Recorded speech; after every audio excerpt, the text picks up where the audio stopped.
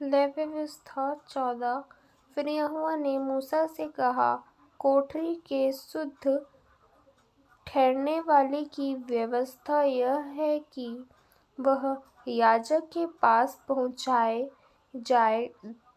और याजक छावनी के बाहर जाए और याजक उस कोठरी को देखे और यदि उसके कोठरी की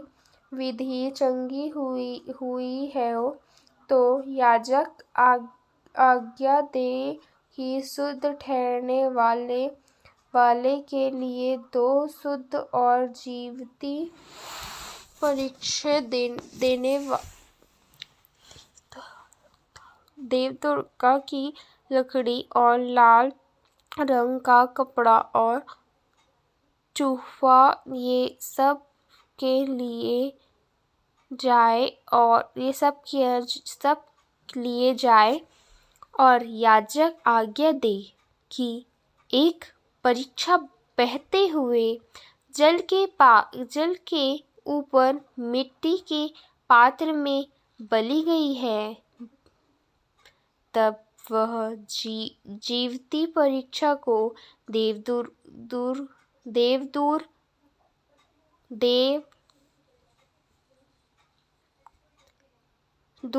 की लकड़ी और लाल रंग के कपड़े और जूफा इन सबों को लेकर एक संग उस पक्षी के लहू में जो बहते हुए जल के ऊपर बलि किया गया है डुबा दे और कोढ़ से अशुद्ध ठहरने वाले पर 7 बार छिड़का कर उसको शुद्ध ठहराए, तब उससे जीविती परीक्षा को मैदान में छोड़ दे और शुद्ध ठहरने वाला अपने वस्तु को छुए और सब बाल मुड़वाकर जल से स्नान करे, तब वह शुद्ध ठहरेगा और उसके बाद वह छावनी के आने पाए, परंतु 7वें दिन तक अपने डेरे से बाहर ही रहे और 7वें दिन वह सिर डंडी और भैयों के सब बाल मुड़वाए और सब अग मुड़वाना कराया और अपने पात्रों को धोए और जल के स्नान करने तब वह अशुद्ध ठहरे और 8वें दिन वह तो निर्दोष भेड़ के बच्चे और अन्य बलि के लिए तेल से सना हुआ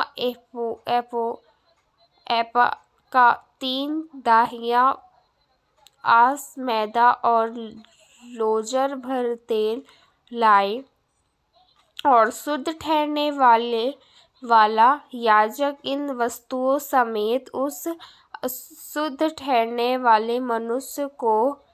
यहोवा के सम्मुख मिलाप वाले तंबू के द्वार पर खड़ा करे। तब याजक एक भेड़ का बच्चा लेकर दोष बलि के लिए उसे और उस लोज भर तेल को समीप जाए और इन दोनों को दाहिने की भेंट के लिए यहोवा के सामने हिलाए। तब याजक एक भेड़ के बच्चे को उसी स्थान में जहाँ वह पापबलि और होमबलि और पशुओं का बलिदान किया करेगा, अर्थतः पवित्र स्थान में बलिदान करे, क्योंकि जैसा पाप बलि याजक का निज भाग होगा, वैसा ही दोष बलि भी उसी का निज भाग ठहरेगा। वह परम पवित्र है।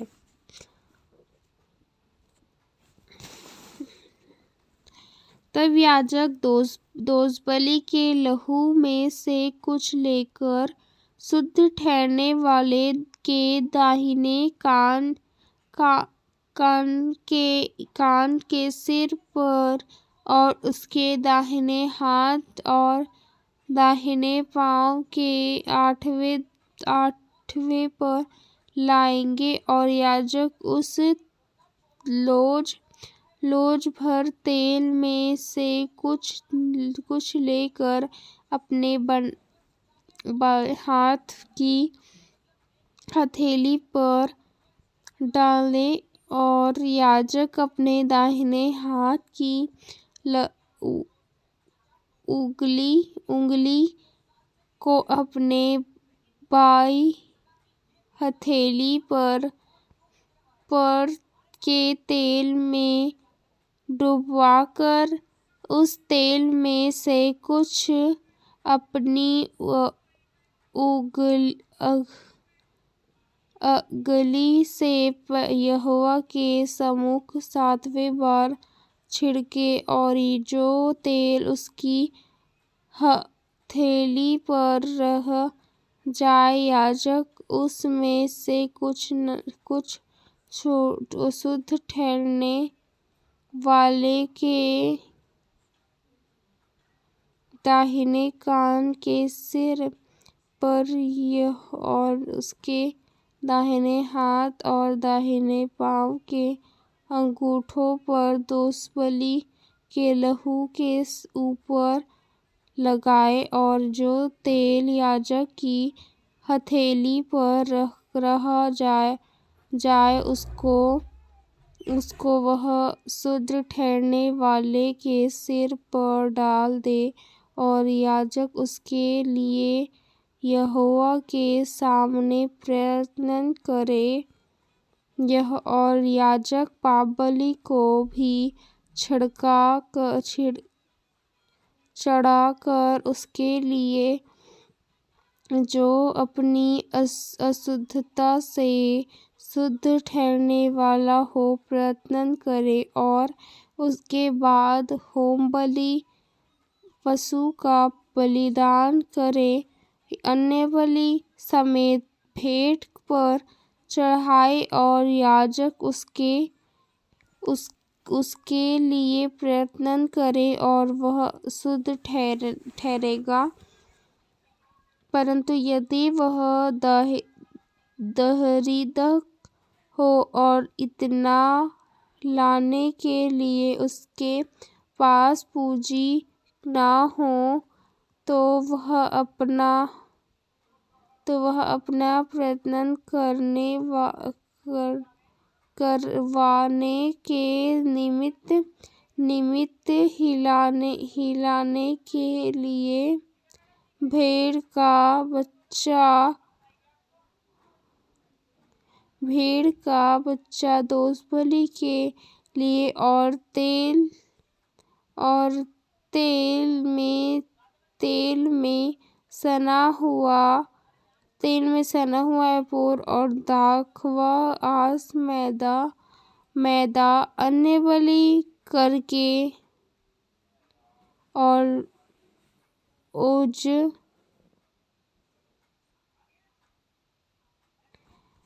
और 2 कबूतरी के 2 बच्चे लगाए, तो वह लाख सके।